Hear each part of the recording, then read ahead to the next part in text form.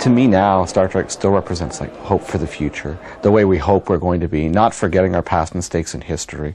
For me, fundamentally, that's important. Being born thalidomide, I keep trying to remind people that, you have to remember what happened so it doesn't happen again. Star Trek does that, and Star Trek also it tackles issues of today. It says things that nobody ever says out loud. It tackles like the AIDS problem, racism is still inherent, torture, a lot of issues, drug abuse. It speaks to them today very eloquently.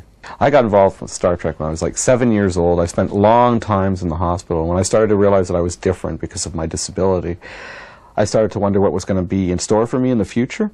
And a nurse that worked there, she said, there's this new show on TV, and it's called Star Trek, and it's got this guy in it who's different than everybody else, and he's an alien from another planet.